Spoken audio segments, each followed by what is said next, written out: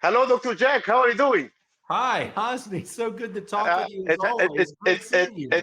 it has been a long time, Dr. Jack. Like at last, the reunion of the two Birminghams, UK and USA. Now it's happening. The event Yeah, is happening that's now. right. You left from Birmingham, Alabama, and went and started your consultantship in Birmingham, the UK. So Yes, congratulations. That's really yes. exciting. Thank you very much. And I was as well like have the great pleasure to be your fellow, and I learn a lot. Now I'm applying what I've learned from you. So thank you very much. Well, it's funny. We still talk about you often. The staff. We have such fond memories of the time you were here. So it was a Wallah, great. I miss it. That's one of the best periods I ever had, wallah, in my life. It was full of energy and inspirations and everything. So, like, send my regards as well for the whole team. Well, it really was our pleasure. And it was exactly the same way for me. When I was coming up, I went and spent time in Holland, and it's amazing what you can learn in such a brief period of time. Just a few weeks, a That's right. month of investment can change your whole life if I you're in agree. the right environment. And so it's certainly that's the way it was for me, and I'm glad that we could do a little something for you. Yeah, that's the key word. In the right environment with the right teacher and mentor and surgeon. Yeah, I think so. I think so. So, Dr. Jack, after all this time that we have left each other and came back, everybody just back to his practice, I have met my colleagues and I have been loaded with a lot of questions and queries and things they need to learn from you. Of course, and as well, I want to learn from you. So, of course, I'm looking at your videos, and I was being inspired by the last video for the vitreous. I remember when I was watching you, you told me very nice tip that expect vitreous everywhere, like it's more common than we usually expect. So this is the first time to see you that you just change your mindset a little bit while you're talking in the video and say, if I go back to the case again, I would have do vitrectomy. So I was thinking, even I left you the question on the YouTube video. Usually, if you feel there is a vitreous, like in the AC while doing the unfolding, and first of all, what is the signs that you can give an idea that you have a vitreous in the AC? Plus, do you think that triamcinolone, if we inject it, would it give us a guide for the decision whether to do the vitrectomy or, as you said, just do the unfolding away from the vitreous and continue? Yeah, all great questions. And I'll tell you, I think when we make videos and put them online, we have a lot of different types of videos that we make. I mean, this video, the interview that we're doing right now, I mean, that's one totally different style of video. There are videos that we make that are for patients that are describing the operation in the simplest possible terms, that walk you through what you can expect at a very low level. But most of the videos that we shoot are for other cornea specialists. They're for doctors and not just ophthalmologists, but for people who are already doing corneal transplant work. And you don't want to just show normal routine stuff. You don't even really want to show interesting things that go well. I mean, for me, what I learned the most from is from mistakes, from things that were unexpected, from surprises. And, it's for me, it's always a little bit of a scary thing when you take a video online that you've done and you feel like, okay, well, there's a mistake here and nobody knows about it right now except for me. And do I really want to put it online and tell everybody about it, especially when there are patients watching the videos? And so it's always a little bit of a scary thing when we're posting our mistake videos. But I think it's something that I really feel compelled to do because, I mean, again, the point of making these videos is to try to talk about things that people don't know about, to talk about struggles. So we raise the level of the operation. And you don't bring things to another level by showing everything that we're doing right now is good and fine and we don't need to change anything. The only way you take things up a notch is by showing the way that things are not being done optimally now. And so that's why we make these videos. Now, for this particular video for DMEK with vitreous, this is not the first or even the second video that I've made about DMEK in an eye that has got unexpected vitreous. But like you said, Hosny, most of the time when you have a little vitreous in the anterior chamber and you're doing DMEK, It's not like vitreous in the anterior chamber when you're doing cataract surgery. You know, I mean, when you're doing cataract surgery, you have vitreous, everything grinds to a screeching halt until that is completely and utterly corrected. When you're doing DMEK, usually you have this little teeny tiny pupil and you have this teeny tiny iridotomy. And if you have vitreous, it's just this little singular wispy strand that is threaded through an iridotomy or something. So usually it's not easy to see and it doesn't really influence the operation. And so it's almost always this little bystander thing. And when you were here, I mean, there were cases which I would point out, look, there's some vitreous here. And you might say, well, if there's any vitreous ever at all during any operation, isn't the prudent thing to remove it? Shouldn't that be the standard of care? You're doing DMEK, you encounter vitreous, shouldn't you just immediately reach for a vitrectomy? The problem with that logic is that, number one, it just doesn't seem to be necessary. Lots of times you have a little vitreous, the operation goes exactly as normal, the graft is perfectly attached, the patient never has any problem. And if you're doing a vitrectomy in those eyes, you can only hurt the patient by doing extra surgical procedure that is not necessary for a good outcome. You can only invite trouble, causing iris damage or prolonging the operation. You know, a vitrectomy is not a benign procedure. So it seems like lots of times you don't need it. And the other reasons not to do a vitrectomy are things that you and I talked about a lot when you were here. And that is that it's easy when doing any operation, especially some complicated operation, to come up with things that you can continue to do. You can mess around with the eye. You can do this and that. You can endlessly fool and fiddle with the eye. You can take an operation that could be done in 15 minutes and turn it into an hour-long surgery just by doing little things here and there. So, and it's good to be careful and meticulous, but at the same time, I think often the best way to do an operation is to do it quickly. And it's not because it's good to be in a rush. It's not that we all want to leave the OR and go home and watch TV or something like that. It's that it's more comfortable for the patient and you feel like you're able to give your full dedicated 100% effort when you're focusing intently for 10 minutes or 15 minutes. If you're working on an eye for 2 hours, you just start to lose your focus. The product of your work is less good. And so generally, I like to try to operate decisively and quickly because I think it gives a better result. So all of this is to say, could you do vitrectomy if you get anterior vitreous spillover into the AC when you're doing a DMEK? Yes, but it's more instruments, it's more fiddling around and fooling around inside of the eye. Now, as to the particular case that we just had up on our channel, it was a patient that I was operating on for Fuchs dystrophy. It was a phakic DMEK. It was expected to be a very quick, easy operation. But it's not just that there was some vitreous in the anterior chamber, it's that there was an enormous amount of vitreous in the anterior chamber that I didn't detect until right before I was about to put the graft into the eye. And what I did during this operation was just ignore it. I just injected the graft anyway and unfolded it anyway and finished the operation per usual. But the reason that that was probably a mistake is because the patient ended up with a big graft attachment that I had to rebubble. And so it's post-operative problems. And so if I had to do that operation again, what I would have done is I would have done an anterior vitrectomy before putting the graft inside of the eye. Now, your question was, should we have used triessence or triamcinolone to stain the anterior vitreous? I think that probably would have been a good idea. An alternative to that may have been a little bit quicker and easier is you can also stain vitreous with trypan blue.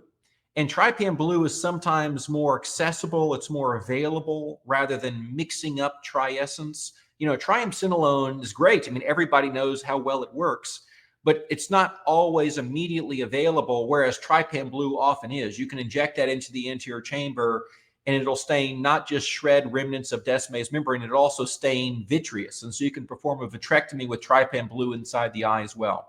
So if I had to do over again, I would have done an anterior vitrectomy. I may or may not have stained that vitreous with something.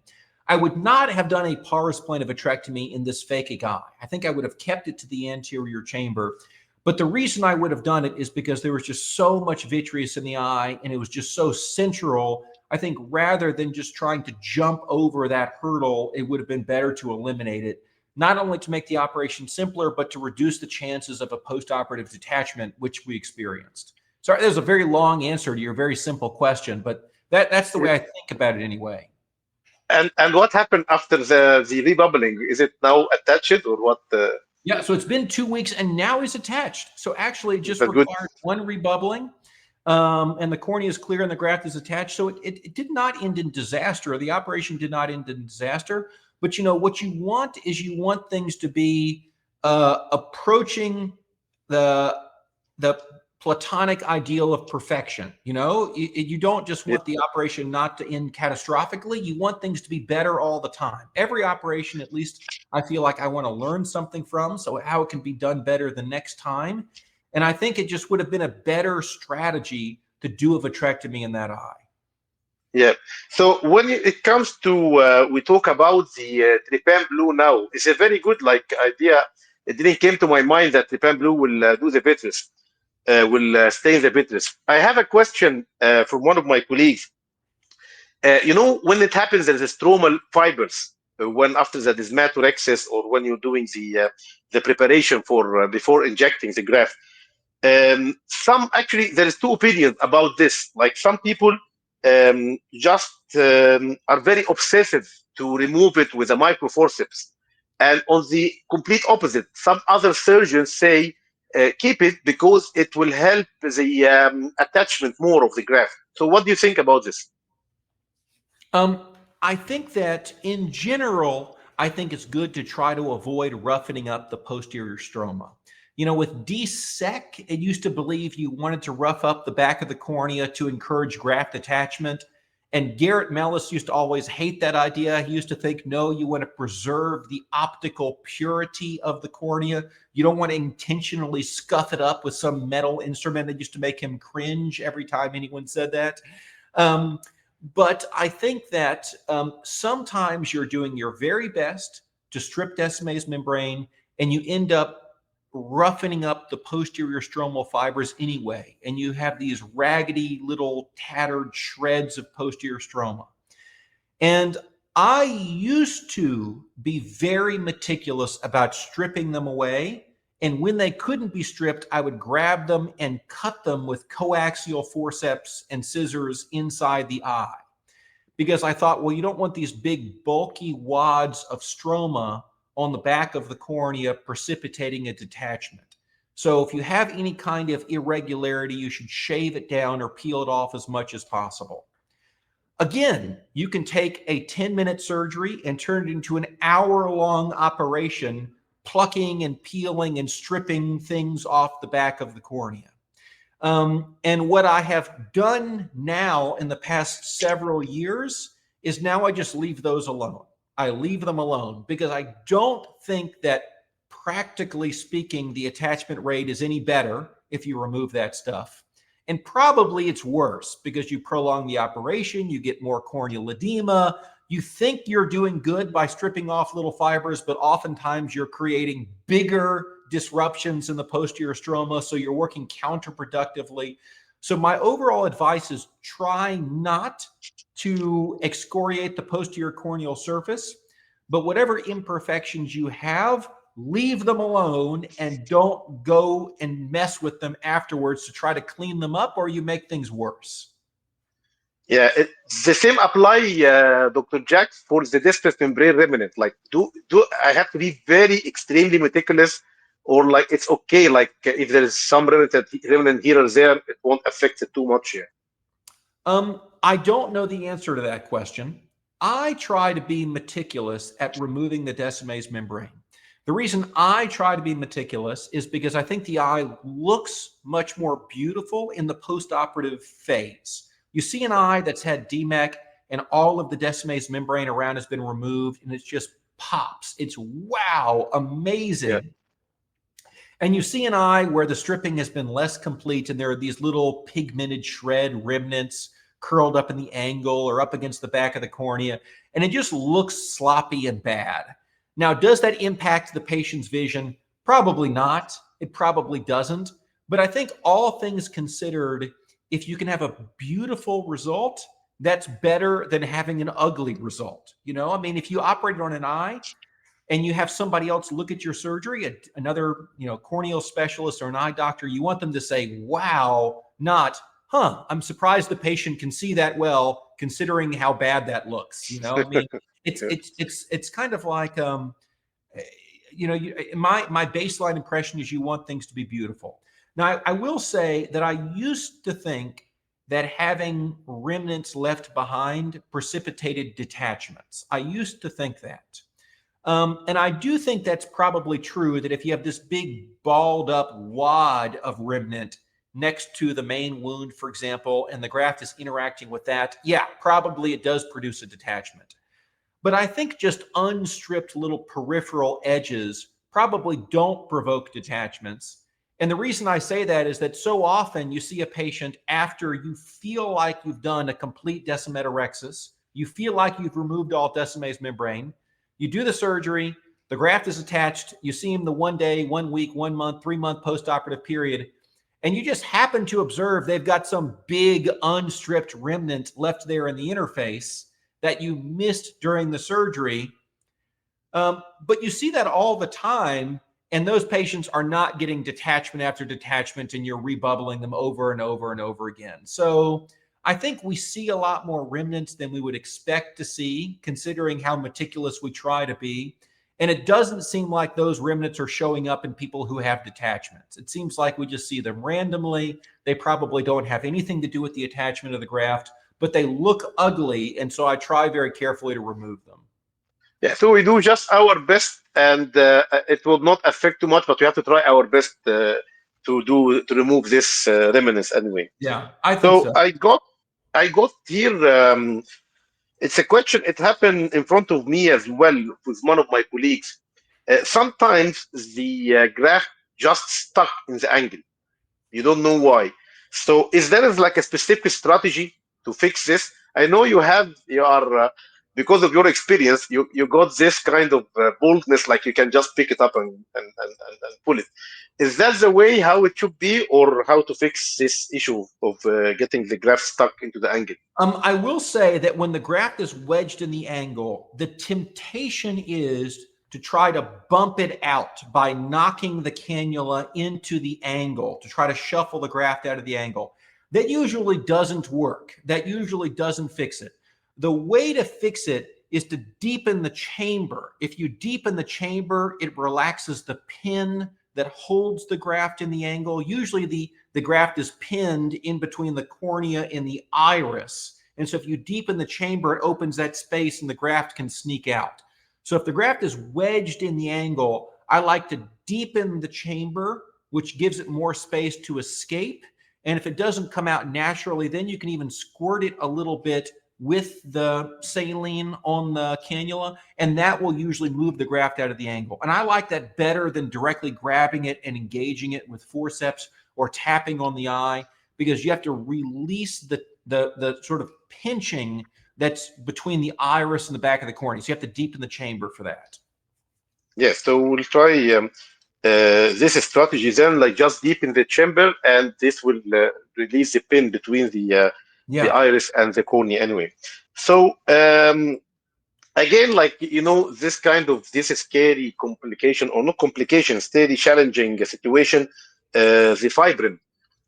Always like whenever, however, like we talk like about the fibrin, how to manage in the last video, in the last podcast, but just like, is the management, like I have a question here, like if the management just remove the graft and flush with BSS only, and you're saying something, if you have the like availability of heparin or something, you might do this outside, take the graft doing outside, and just inject it back.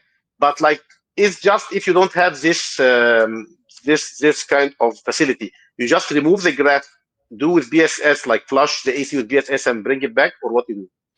Yeah, I think that one thing you get a feeling for as you do more DMEK surgery is there are different types of graft conformations that are, so to speak, normal. You know, I mean, you're doing DMEK and maybe the graft is a single roll or a double roll, or it's the taco formation, or it's the bouquet. You know, there are various named configurations that the graft can adopt that are relatively normal in appearance.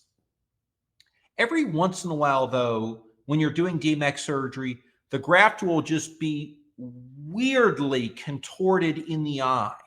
It'll be compressed or stretched into some bizarre shape. And the important realization is that there's something in the eye that you maybe cannot see that is directly making the graft adopt that unusual shape. The graft does not adopt that shape on its own. Something is forcing it into that weird conformation. Now, if it's vitreous, if the graft is caught up in vitreous, then you can just remove the vitreous from the area. You can do a vitrectomy. Sometimes you don't even have to remove the graft from the eye. Or if you do, you take the graft out, do the vitrectomy, you put the graft back in, and the graft is a normal shape again, because the thing that was making it behave weirdly is gone. The problem with fibrin is that fibrin sticks to the graft. It wraps up the graft, and the graft permanently adopts some weird, unnatural shape that resists all of the normal unfolding maneuvers. You put taps on the surface of the cornea, deepen the chamber, use jets of fluid, use an air bubble. None of those things work. It's like none of the normal strategies for unfolding the graft work if the graft is caught up in fibrin. So it's a truly devastating thing because you feel helpless. So what I recommend doing if you encounter a situation like that, if you look at the graft and see this is a weird shape, the graft should never look like this, my general advice is to remove the graft from the eye, try to clean up the anterior chamber however you can to make it as pristine as possible, and then look at the graft in the bowl or the cup or whatever you have it floating in. And if it's adopting a normal configuration, a single roll or a double roll or something as it's floating outside of the eye, it's probably still usable. You can probably inject it and unfold it. But if it's kinked and wadded up and sticky and it's this spitball looking thing in the cup or the bowl, there's no way you're going to be able to unfold that if you put it back into the eye. And you either have to give up and get a new graft, or you have to treat that graft with something to make it open up before you put it back into the eye. And that's why it may be useful if you have a graft that's ruined with fibrin to squirt that graft outside of the eye with heparin to get it to open up and release and relax and become normal again before you put it inside of the eye. But you can spend hours messing around with an eye in which the graft is coated in fibrin and not get it to unfold. It's a miserable problem. Some people, like one of the colleagues, when it happened with him, he just started to get it out, but he started to fish it, the fibrin, try to peel it as much as he can. As you say, like it will take hours for doing this, and this is stress on the eye as well. Yeah. Yeah, I think so. I think in general, if you start, the key thing is really, in my opinion, not how do you manage fibrin. It's how do you prevent fibrin. And the way that you prevent fibrin formation inside of the eye is you don't cause bleeding to arise from the trabecular meshwork. You don't overstrip the eye. That's where fibrin comes from. It's from bleeding from the trabecular meshwork. So if you're just careful not to tear up the trabecular meshwork with an instrument, you won't get fibrin. Yeah. So we will go then for the pre-operative preparations for the like regarding the eye itself and the mindset. So let's talk a little bit about the pre-operative preparation. While just giving, okay, you decide that this eye need a graft for whatever reason, bullous keratopathy, Fuchs, herpes. Now, is the question here of one of our colleagues as well, like, is the biometry, biometrical analysis, is like the anterior chamber depths and white to white and other this biometric indices, does it help you in the decision, giving the decision for the in your own preparation? There are a lot of things that I try to consider. I think that broadly speaking, if you're doing an eye that has a normal anatomy, you're operating for example, Fuchs dystrophy, then usually what I try to rely on as a primary metric is the white to white, the horizontal white to white. In general, if the white to white is 12 millimeters or greater, I use a 10 millimeter graft. If it's between 11 to 12, I use a 9 millimeter graft. And if it's between 10 and 11, then I use an 825 or an 8. That's what I generally do for a normal, uncomplicated eye. That's my general framework. And I adjust those sort of starting point numbers depending on what else is going on in the eye. If you're dealing with an eye that has a hyper deep chamber, like for example, an eye that's been previously vitrectomized, then I tend to use a larger graft, because if you have a really deep chamber, then you can't get compression between the back of the cornea and the front surface of the iris. So the graft will just tumble around in the depths of the anterior chamber unless you can wedge it out in the periphery, which you can achieve with a larger diameter graft. So with a hyper deep chamber, I take whatever graft I was going to use and I make it a little bit bigger, a 0.5 millimeter larger, for example. Conversely, if you're dealing with an eye where you expect to have a shallow chamber, I use a little bit smaller graft. And the reason is that the real problem when you have a shallow anterior chamber is, what do you do if the graft is upside down? Well, you have to flip the graft over if it's upside down. And it's much, much harder to flip a graft over if the chamber is shallow, because there's just not room inside the eye. If you have some giant bulky graft in a slit anterior chamber, you're trying to turn it upside down, there's just no room for that. So if you have a really shallow anterior chamber where you worry, if this graft is upside down, I'm not going to be able to flip it upside down again, then I like to use a smaller graft that gives me more room. You often will encounter the need for a small graft also when you're doing an eye that's previously had a PK. If you've had a PK, the graft needs to be smaller than the previous PK diameter. Most PKs are 7.5, 7.75, 8 millimeters in diameter. And I like to comfortably undersize so I don't have to be perfect in my centration. So if I'm doing a DMEK in an eye that's had a previous PK, I'll often use a graft that's 6.25, 6.5, 6.75 millimeters in diameter. So a small diameter graft. That's sometimes a problem because lots of eyes that have had PK have got a hyper deep chamber. So you've got a hyper deep chamber and you're using a small graft. Well, what do? What I typically do in those circumstances is I specify the use of an older donor. So if you're worried about being able to unfold the graft because you're afraid you're not going to get good compression between the back surface of the cornea and the front of the iris, you want the graft to open up spontaneously more, you like an older donor. So for those eyes, we usually specify a donor 70 years old or older. So for this, as long as we open the discussion about the DMEK under PK, do you leave the disperse membrane of the PK? So some people leave it and don't strip it and say it doesn't matter and just like put the graft, or you have to strip it. And if you strip it, like how far you go from the edge, from the host donor junction? I always strip it. I don't know that it matters, but I think probably it's a good idea.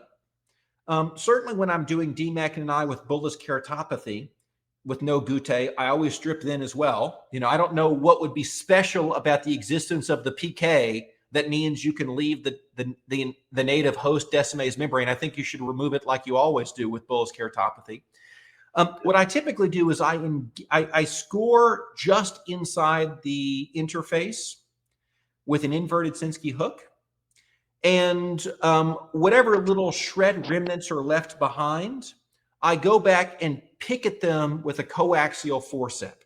And I think that's generally more effective than it is trying to directly engage the Descemet's membrane at the interface. So rather than starting to strip from the interface where you can cause the graft to dehiss, I like to start just inside the interface and go back around and grab and peel the remnant left behind with coaxial forceps. I feel like that's a little safer. It's less likely to dehiss the graft, and you're more likely to remove all of the projections of the thick fibrotic Descemet's membrane on the back of that cornea than if you are if you're trying to strip them all with the inverted Sinskey hook. Okay, so we don't leave it, just remove it, because I agree with you. So what is special in the PK? We don't remove it. Yeah. Because some people say just the cells become remnants or like rudimentary or something. But I agree completely with you. It's more fibrotic than being rudimentary. Yeah. So still, you are the topic of the pre-operative preparation. Just a little bit, not about the DMEK, but the influence of DMEK in your calculation for the for a lens. Like if you have an eye with a DMEK, does it like change the and you're going to do a phaco after a DMEK? Does it change the your refractive target a little bit? Does it render it a little bit Not at hyperopic all. or something like that? I don't account No. for it whatsoever. My Yeah. refractive target is exactly the same. Because there's some opinions they say it just make it a little bit hyperopic. That doesn't actually like. It may, if you look at sort of the statistical aggregate, all of the data, and you look and see if you do 100 patients, what's the average refractive shift you get after DMEK? What the data says is that maybe some mean refractive shift is something like 1/3 of a diopter hyperopic, okay? But if you look at all of the individual data points, you have some people with a 2 diopter myopic shift and some people with a 1 diopter hyperopic shift. And if you just aggregate all the numbers, you get something like 1/3 of a diopter hyperopic shift. But that's not like what most people experience or even what the largest number of people experience. That's just a meaningless number that has got no clinical significance whatsoever because it doesn't have any predictive power for how your patient is going to turn out.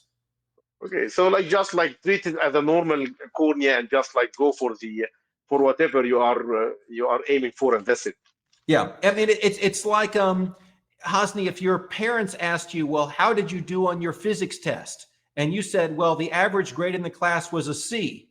It's like, well, that doesn't give you any information about how you did on your physics test. And so even if, the mean refractive shift is 1/3 of a diopter, that doesn't tell you how your patient is going to do. And so if you're trying to subtly alter your IOL calculations on the basis of that, you're just sort of chasing your tail. You're just doing something without a great reason for doing it.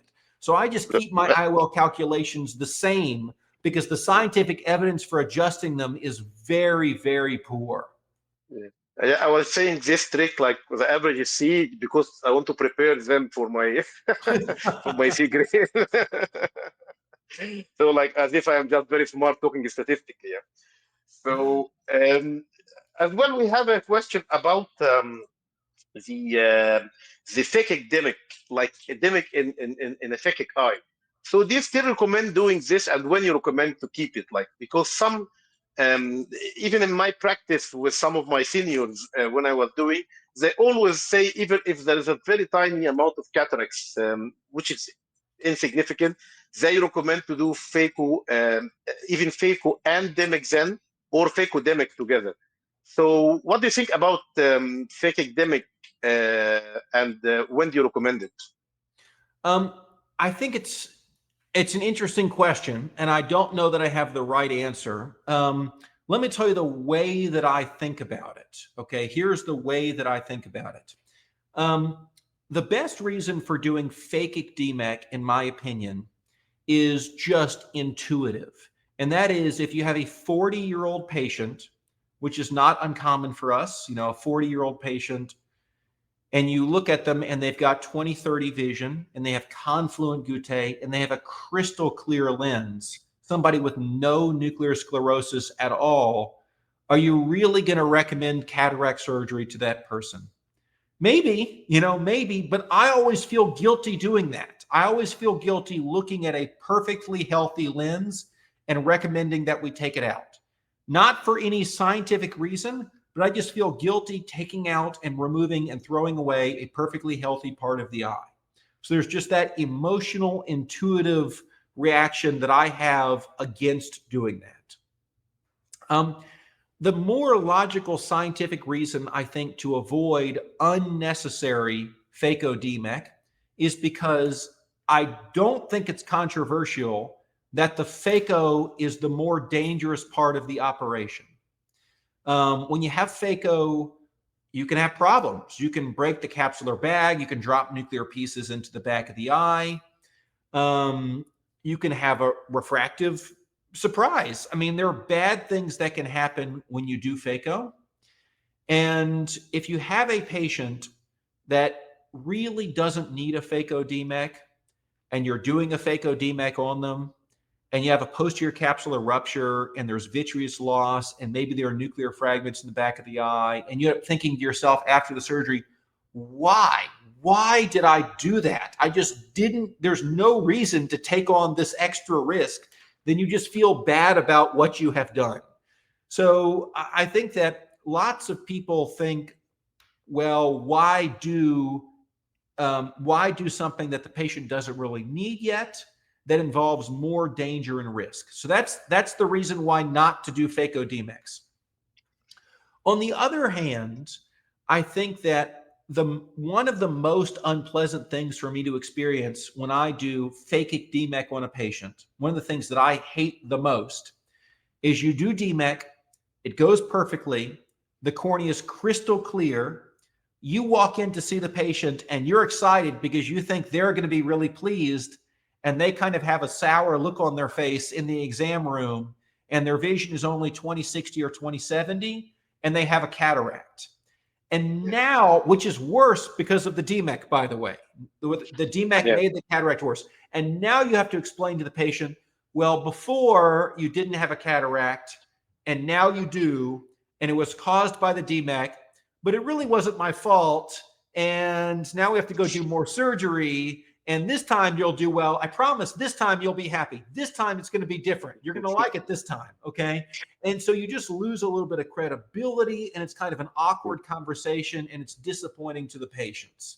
So, and I hate that. I hate it when that happens. And so I think not wanting to go through that awkward unpleasantness is a reason to do phaco-DMEK in patients just with mild cataracts.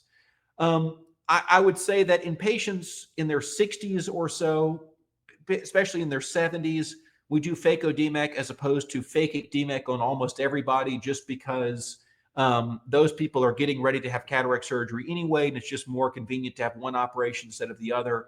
But all this is to say, I currently don't advocate that everybody have combined operations or that nobody have combined operations. I think it's a case-by-case basis. And typically for our very young patients, I always do them phakic and just prepare them for the possibility of developing a cataract afterwards. And for the older patients, I tend to combine them.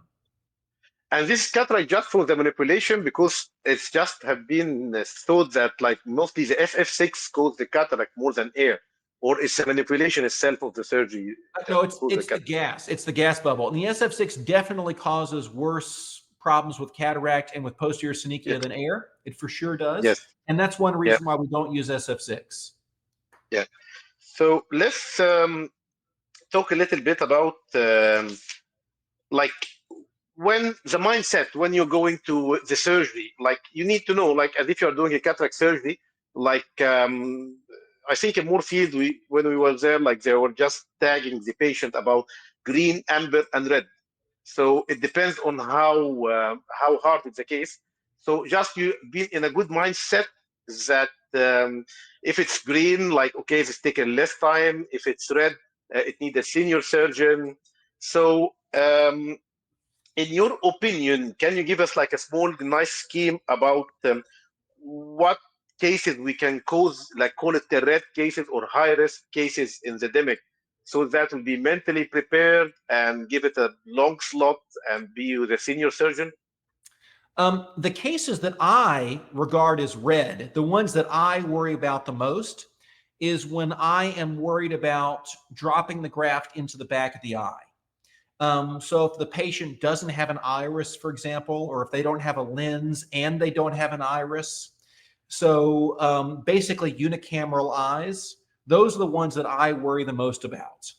And those are definitely for people much more experienced. And I think the operations are only possible nowadays really because of Bruce Allen, one of your colleagues from the UK, who figured out that you can string this suture across the anterior chamber to provide some support and protection and a background upon which you can unfold these DMEK grafts. So I think that those are still the cases that are the scariest for me to do.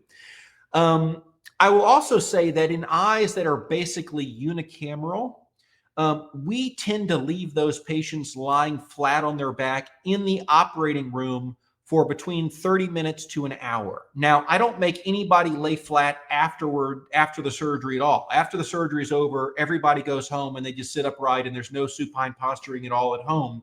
But for people who are aphakic or aniridic, the second they sit up from the operation, they lose all of the air into the back of the eye for good. And so in those patients, we typically do them at the end of the day. We do the surgery and we let them lay flat on their back on the operating room table for 30 minutes to an hour, and then we sit them up and send them home. So those are the ones that I find the most challenging and take the most of my time. I think other eyes that tend to be really challenging, are ones with shallow anterior chambers. And in fact, shallow anterior chambers are probably harder overall to do than deep anterior chambers. Because if you have a really deep anterior chamber and the graft is just spinning around and it's curled up and you can't get it to open, that can be very frustrating. That's for sure frustrating. And you feel like, oh, I was so close and I almost had it, and maybe putting a bubble here, maybe that'll hold things open. But if you have a really shallow anterior chamber and you cannot deepen it, if there's just no space, you cannot unfold the graft. It's not possible. The surgery is impossible if there's no space between the back of the cornea and the front of the iris. So those are the cases that I actually worry the most about when I'm doing them. And when I was learning, it was the really shallow chambers that I thought were the scariest. And what you do in shallow chambers? You have to figure out why they're shallow. Okay, the most common reason why a chamber is shallow is you're leaking from a wound. You're leaking from a paracentesis, or you're leaking from the main wound. So when I am about to inject the graft into the eye, the thing that I do always, right before I inject the graft, in every case, is I deepen the chamber with saline and I wait and I watch. So I inject saline and I watch. And I watch to see if the chamber stays deep. So if the chamber stays deep, then I think, okay, put the graft in. And if it doesn't, if the chamber shallows again, then you're leaking from a wound. So I hydrate the wounds and then I inject fluid and I watch. And if the chamber stays deep, then I inject the graft. If not, then maybe I'll suture a wound. But it's very important to know that you have control over the anterior chamber before you put the graft in the eye.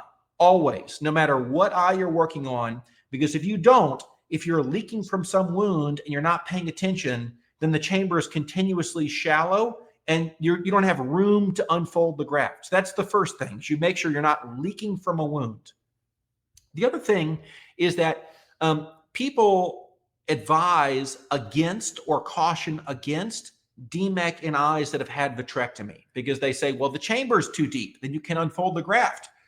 But sometimes it's necessary to do a vitrectomy during the DMEK.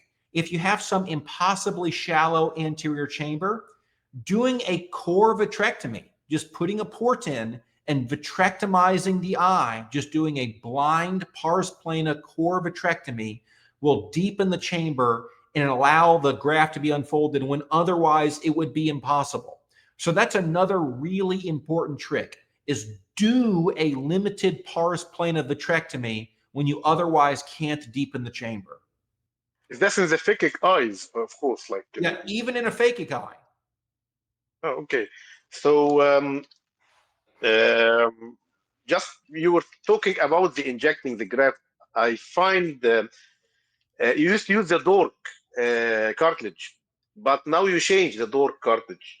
Are you using goiter or what? And what is the difference? Because like I find the dork was I don't more know. I control. don't know what the injector is that we currently use. It comes with the tissue that we get from the Lions World Vision Institute, LWVI. That's the eye bank that we use now. They send the tissue to us in this glass injector.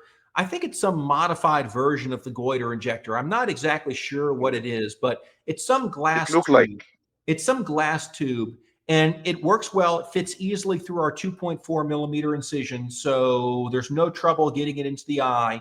It has a very thin, slim profile design, which is nice because I used to really recommend the Dork tube because it also had this very thin, slim profile. And as opposed to the old style goiter injectors that had this big bell, this enormous volume to them, which would inject a giant amount of fluid into the eye and really jack the pressure up inside the eye when you inject the graft. These new injectors, they deliver much less fluid inside of the eye, so you're much less likely to have graft expulsion when you withdraw the injector. But the advantage of this glass tube that we get from the eye bank that we use, it's not just, well, that's what they use and that's what the graft comes in and it seems to work fine. I've actually gotten to where I like it better than the Dork injector. And the reason I like it better than the Dork injector is the Dork injector has got this curved design, okay? It's got this elbow to it, all right? And that is for ergonomic purposes because it allows you to hold the injector vertically and the graft be delivered horizontally, okay? So it allows you to hold the syringe in a more ergonomic way to inject the graft into the eye. You would think that that's good, but for some reason, that extra bend in the injector confers a whole lot more hydraulic pressure. When you're injecting the graft tends to shoot into the eye much more forcefully and rapidly when you use the Dork injector because of that curve in the glass nozzle than if you're using a straight glass injector. So I think glass is preferred to plastic. We don't want to use an IOL cartridge. We want to use glass, but a straight glass injector is less likely to rocket the graft into the eye than the Dork injector. And that's another big reason that we switched. So now it is like kind of like a modified goiter, like it's like a goiter, but there's a small opening to prevent the overshooting. That's a nice thing. Yeah. So let's just, I know that like there's loads of questions and loads of stuff we do. We all about running a DMEK service. So this is as well a popular question here. So like first of all, we need to know about how you utilize the health professionals you have in your service so that like they can just be integrated in the service and just being helpful. And how you manage with the graft volume, I think like in the States, you don't have, you are blessed with this. And for the follow-up, like, is it like you just do the follow-up yourself, for example, like forever? Or like you just after a while you send them for the optum or a colleague like local doctors? I usually see all patients myself for the first month or so because that's the window of time where you're still waiting to see whether the surgery is going to be successful or not. You know, the first couple of weeks, you want to know whether the graft is attaching, whether they have a lot of inflammation, whether they're doing well from the surgery. You know, the first month is kind of the critical period where you'll know this is working or it's not working. After a month, if everybody's doing well, then I typically just allow them to follow up with whichever doctor has referred them here. most patients come to see us, they're referred by another eye doctor, sometimes from very far away. And patients don't want to come back and see us continuously for the rest of their life. They want to just be fixed and then go back home. So usually after about a month, we feel very confident that people can be managed by whoever it is that they see at home. I think that in terms of the staff that we have, that's been a big insight or a big change in our mentality, at least my mentality over the past few years, is that you think, at least me initially, I used to think, well, I've got very high standards and I want to do everything myself. And that way I know it's done perfectly and right. But it's just too hard. It's too hard to do everything yourself. And even if you try really hard, there's just not enough of you and not enough of your time to go around. And one thing that we have discovered is the more you can allow the team to do things, the more people you have involved to help. It's not just that, well, it makes the doctor's life easier. It's that it makes the result of the surgery better. The result of the operation is better when you have more people helping. And sort of the classic example of somebody that we have helping is we have this PA. We have a PA named Emma Scott, who's great. She's fantastic. You know Emma, of course. Yeah, no, she's very good. Emma, she prepares all of the grafts for us. She marks the patients. She is doing all of our preoperative stuff, before surgery. I mean, marking the eye. She's filling out the paperwork. She's doing the history and physical. When we're doing other types of operations, like, for example, cataract surgery, she's doing the toric marks. And she does the things that she does not just extremely well. It's not just that she does them to a very, very high level, but it's kind of amazing that she is better at those things than I am. It's not that just this, she's good, but she does a better job than I do at the same things. And that was just like such an incredible revelation, that it's not just like that you have work and you're delegating to other people and you hope that they do a good job, but it's that you can bring people in to take some of the things that you do, and now they're doing it and they're doing it better than you used to do. And when you feel like you're able to do that, then at least for me, it's when we really felt that we took our business to the next level, basically. Yeah, I can admit, when I have the opportunity to get the fellowship with you, what I've seen, like, I've learned how you manage. Like, you are a very, very, very excellent team leader, Dr. Jack. I've seen, like, the team is working like a beehive. Everyone knows what he's doing, synchronizing. So to see this great amount of patients, every patient got the perfect service from investigate, just from being in the reception, from the investigation, from somebody who's scripting. So yeah, I agree with you completely that this kind of teamwork and just integrating and make everybody have a responsibility that we rely on him or on her on, that make a huge difference. Yeah, I mean, So it's little things stacked up on top of each other to make it a little bit better, and it's taken a long time to sort of build all of these things into the system, but they've made things so much better, I think. yes. So when you decide to rebubble, That's a good question. And I think it's more of an art than it is a science. And there are many patients that I probably rebubble. And if I had just done nothing, they would have attached on their own, and maybe it was unnecessary. And there are people that I probably drag my feet on and wait too long and that sort of thing. But in general, here's what I think. I very rarely rebubble somebody at 1 day postoperatively. Almost never. I almost never rebubble somebody at 1 day post-op, because they've got typically a 50% air bubble, at least 50, 60, 70% air bubble. And it's unlikely that the graft is going to completely detach in the next couple of days, which is really the fear. When you see somebody with a mild detachment in the early postoperative period, what you worry about is inaction, and they come back in a few days and all of the air is gone and the graft is free floating, and you have to take the patient back to surgery. And you think, oh, if I had just rebubbled them in the clinic earlier, we wouldn't have had to go back to surgery. And now it's an extra operation. So you don't want to miss that. but very rarely, in my opinion, do you need to rebubble somebody one day. Usually when I start thinking I want to rebubble somebody is about a week. And I would say that the general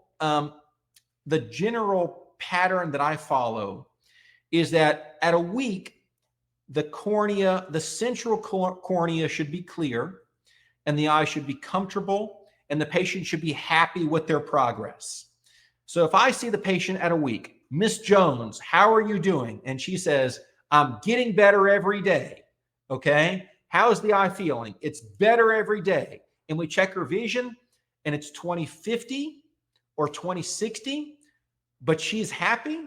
Usually I'll bring her back in a week, even if she has a little peripheral detachment. Okay. Usually I will do nothing and say, okay, come back in a week. The vision is reasonable. The cornea is centrally clear. You are happy. I bring those patients back in a week. On the other hand, I'm more inclined to rebubble somebody if when I look at the cornea, the paracentral cornea or the central cornea is hazy, and the patient gives you some response to the question, how are you doing? That's like, well, it's okay. Maybe I'm getting a little bit better, or it's still very blurry. If the patient expresses any dissatisfaction with their vision, I almost always rebubble them. Yeah. So you told me a trick. If you remember, you told me like, and it was like kind of paradoxical that I understand. Like when it's inferior, you have more temptation to rebubble it more than it's in superior detachment. Yeah, that's Why right. is that? That's right. Yeah. Superior detachments are really rare in my experience. It's much more common to see an inferior detachment.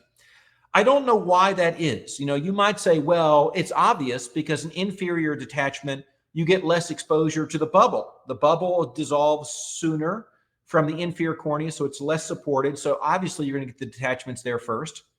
But you know, when we operate on a patient that's aphakic, they sit up immediately after the operation.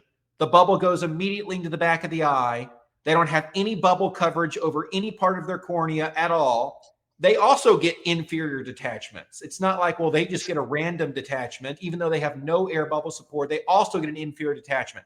So there's something about the inferior cornea that it's the weak point of the eye. That's where grafts don't want to stick for whatever reason. So a superior detachment is much rarer. And in my experience, they're less likely to be visually significant, and they're less responsive to a rebubbling. So superior detachment is often because you've got some old wound up at 12 o'clock and the graft is interacting with that old wound, and that's preventing the graft from attaching in that place. And if you put more air in the eye, it's not going to fix that problem. You're still going to be more likely to have problem with attachment superiorly. So fortunately, a superior detachment is less often seen and it's less visually significant, but it's also less responsive to rebubbling. So I very rarely rebubble for a superior detachment. Almost always it's for something inferior or temporal. So you don't have a cutoff point. Like it's mostly if it's centrally attached, we are fine. Because some people say like more than 30% or something like that. We don't take with this opinion. It just once the center is fine, patient is happy, it's fine. If they're centrally attached and clear, I often resist rebubbling them. And sometimes that's a mistake. Sometimes I see people after surgery and I didn't rebubble them and I regret having missed that opportunity. But you know, rebubbling people is also not a completely benign procedure. You can cause problems from rebubbling people. I have had patients that had minor peripheral detachments, and I go in to rebubble them, and I blow the whole graft off the back of the cornea. I've done that before. And so definitely cause problems rebubbling people. You know, it's like there's no absolutely safe thing to do. And so in general, and certainly what Garrett used to do, you know, it was Garrett Mellis that made that 30% rule of if it's greater than 30%, then you rebubble them. And if it's less than 30%, then you don't rebubble them. And that was just Garrett's idea. That's just what made sense to him. But the concept was, well, if you have a peripheral detachment, it probably will resolve on its own and is not visually significant. And if you go in and rebubble those patients early, you can theoretically cause a problem. And that's especially true in the parts of the world where rebubbling is done in the operating room. I always rebubble people in the clinic where it's less of a big deal. But if you're rebubbling people in the OR, then it's a hassle to do that. And so I think you probably have to have a larger detachment to justify going and doing it. So it doesn't have even a time, like you don't just say, leave it for 2 weeks and see. It doesn't have something like this, does it? Most of the time, it's hard to rebubble somebody after 6 weeks has gone by. After 6 weeks post-operatively, the graft starts to fibrose, and then it will not rebubble. It's thick and rigid and will not move after you rebubble. Yeah. So typically, when I see somebody after 3 or 4 weeks, if they've got a big area of corneal edema, I'm starting to really think in the direction of rebubbling people after 3 or 4 weeks, because I think in my mind, I've got about 2 weeks here to play with. I've got 2 weeks where I have the option to rebubble somebody. That's my window of chance. And after those 2 weeks, I'm going to lose my opportunity. So if you're seeing somebody that has a mild detachment at 3 weeks, you should see them again at 4 weeks and 5 weeks. So you at least have the chance to rebubble them if you feel like they need it. So just, I know that I had a lot of questions for you today, but I promise I will finish soon. So, so can you give us a quick scheme for the follow-up of the DMEK surgery and for the post-operative drops? Like, what is your post-operative drops you give and why? And do you stop it at some stage or you keep the patient on always? So the question has 2 parts now. First, what is the follow-up? For example, you see day 1, day 7, day what, according to, and for the drops, what you give usually and for how long? Normally, I see the patient day 1, week 1, week 2, month 1. Day 1, week 1, week 2, month 1. And the reason I'm looking at them at week 1 and week 2 is I'm looking to see do you need to be rebubbled? That's what I'm checking for. At week 1 and week 2, do you need to be rebubbled? That's what I'm looking for. So you see them every week almost, yani. That's For the week 1, first 2 week 2. weeks. For the first 2 weeks. weeks. Yeah. And another 2 weeks for off. that's a little different from the way Garrett used to do it. Garrett used to see him 1 day, 1 week, 1 month. But the problem with 1 day, 1 week, 1 month is you have people who come in at a month and they're unhappy because they're 2,200 because they have a large detachment and they've been that way for a month and they're angry. And you can make those patients much happier if you see them earlier more often and rebubble them if they need it. Then they haven't walked around blind for a month. And so I tend to think the patients are happy if you see them a little bit more often. Okay. In terms of the drops, what I typically do is use steroids for a week. I start on a steroid 4 times a day for the first 3 months, and then 3 times a day for 3 months, and then 2 times a day for 3 months, and then once a day. So they're typically at 1 drop a day by about 9 months post-operatively. And that may be too slow a taper. Maybe I should be tapering people a little bit faster than that. I just don't know. That's what we've been doing for a long time. As far as whether people can come off their drops and be steroid free, some people definitely can. What I typically tell people is I want them to use steroids for at least a year. And then after a year, if they want to stop them, they can. But they have some lifetime increased risk of rejection and graft failure. And maybe that's 5 to 10%. We don't really know.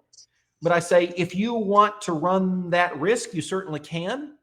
If you want to use a drop a day or a drop every other day, it might be safer. And I usually tell patients, if you hate the thought of using drops, you can stop them. If it doesn't really bother you, you might as well keep doing it. it's not exactly fun, but just like brushing your teeth twice a day, that isn't fun, but it's something most people just do. You know, using a drop is probably easier than brushing your teeth. So most of my patients prefer to use a drop a day or a drop 3 days a week or 2 days a week or something like that. And that may give them a little bit of enhanced protection. Yeah, and for the review again, just after 1 month, how often you see them? Like you say, like 1 day, 7 day, 2 weeks, and 1 month. After that, how often you see the patient? Whenever they're on some relatively high dose of steroid, prednisone 4 times a day or 3 times a day, I never let them go longer than 3 months. So Just every 3 months. yeah, so usually what I'll do is I'll see them at 1 month, and then I'll see them at the 3-month mark, the 6-month mark, the 9-month mark, and the year mark. And the reason I like doing that is because it gives you something to do at every visit. They come back for the 3-month mark, you take them from 4 times a day to 3 times a day. They come for the 6-month mark, you take them from 3 to 2 drops a day.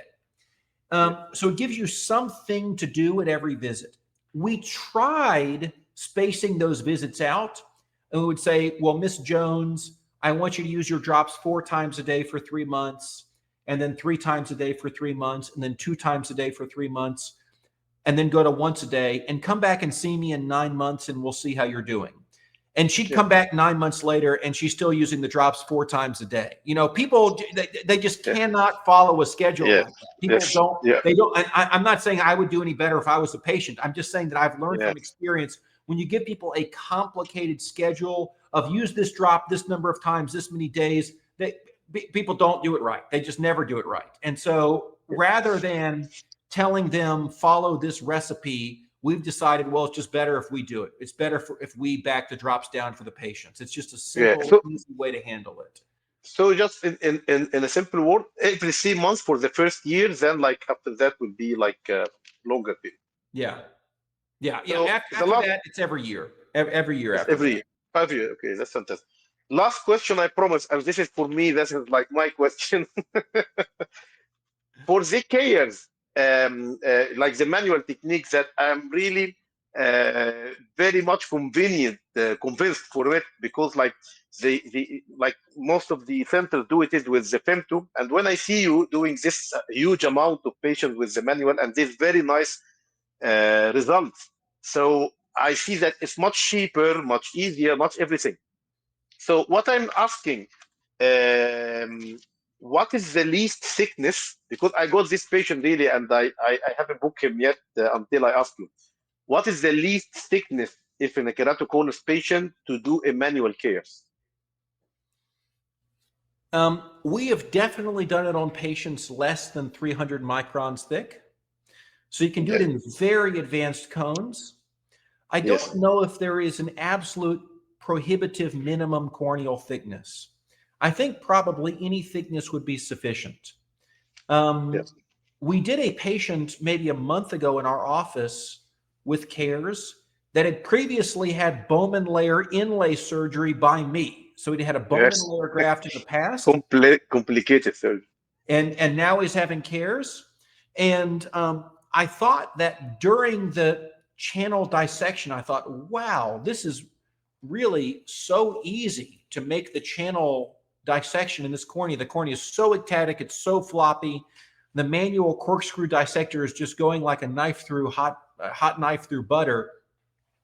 And then I went back and looked at the patient post-operatively, and we got corneal imaging, and I saw that actually the care segments were implanted by a complete coincidence in the pocket that had the Bowman layer inlay already, okay? So that means that the overlying stroma on top of these care segments was really just maybe 150 microns or so. So they're implanted very, very superficial. And it made it very, very easy to insert them. And it gave them tremendous topographic effect on the anterior surface of the cornea because they're implanted so near the corneal surface. So the bottom line is that I don't think that there are any eyes that have too advanced cones for cares. And in fact, these are really good eyes to start with when you're doing your early cases, because I mean, what else could these people have? Otherwise, they could only have a PK or a DALC. So there's not, you know, they still have that option after cares. So you're not sacrificing anything by trying cares first. And because the corneas are so floppy, those patients with advanced cones usually have tremendous response to cares. You put these care segments in, the care segments are twice as thick as the patient's cornea. You can get 25 diopters of flattening. You can get 30 diopters of flattening. So you get enormous responses to cares in the most advanced cones. So it's interesting, a lot of people, when they start with their first cases with any new surgical technique, they work on the sickest eyes, and those sick eyes don't have a good prognosis. But in advanced keratoconus, you're working on the sickest eyes, and they've got a great prognosis with caries because you can get them so much flattening. Yeah, so this is like a 5 milli, 6 milli, how you get from, is it like get it 6 milli up from the center, or 5 milli? 5 or 6 millimeters from the center. Yeah. As far as where the channels are placed. Yes. Yeah, generally, it's more effective the closer to the visual axis you place them. The optical zone, I think, is usually 4.6, 4.7 millimeters. But the closer you put them to the center of the visual axis, the more effective they are. So like 5 milli or something, like. Yeah, that'd be fine. Yeah, okay. Dr. Jack, I know, if you see the counter now, imagine we have been like 1 hour, 15 minutes, but like still there is a lot of questions, but I know you are, since the morning, you have a lot of stuff to do, and you're doing another video as well. So I was really missing you. That's why I didn't stop talking and asking. That's why. Well, it's always so great talking with you, Hosny. It brings Thank you back very such much. fun memories when you're here. And I really, really hope that we can get to continue these conversations. And actually, very soon, it's going to be flipped around the other way. It's going to be me asking you questions about your DMEKs in Birmingham. I know you're starting up with those really soon, and with CARES as well. And I think that's going to be a really nice thing to see you take up the mantle and do them there. Of course, but question more on the. Oh, sorry. Say that again. I lost you. Say that one more time, Hosny. I mean, when you are asking me question about DMEK, I will be under severe pressure. I feel like I'm in exam. So let's. No, not at all. So I know you to be yeah, a marvelous surgeon and a super, really talented, smart guy. And so I'm sure actually it's like it is whenever we have fellows, is that I probably learn more from our fellows than they learn from me. And certainly I really learned a lot from you. And even from this conversation, it's so nice to talk with you again. Thank you very much, Dr. Jack. As I say, always you are very humble, and I have learned loads from you. And definitely we will meet so soon. And definitely will invite you for Birmingham, UK. It's not too far, but from the heart, I mean, it's just like few kilometers. And as well, we will meet soon in one of the maybe of the conference or something. Hopefully, even before that. So. Yeah. Please send my regards for all the team and for Dr. John, and definitely we'll do another video very soon and another podcast very soon with new ideas, because I have a lot of questions still I haven't asked. I can't wait. Until next time, then. Thank you very much, Dr. Jack. Thanks a million. Thanks a million. Thank you.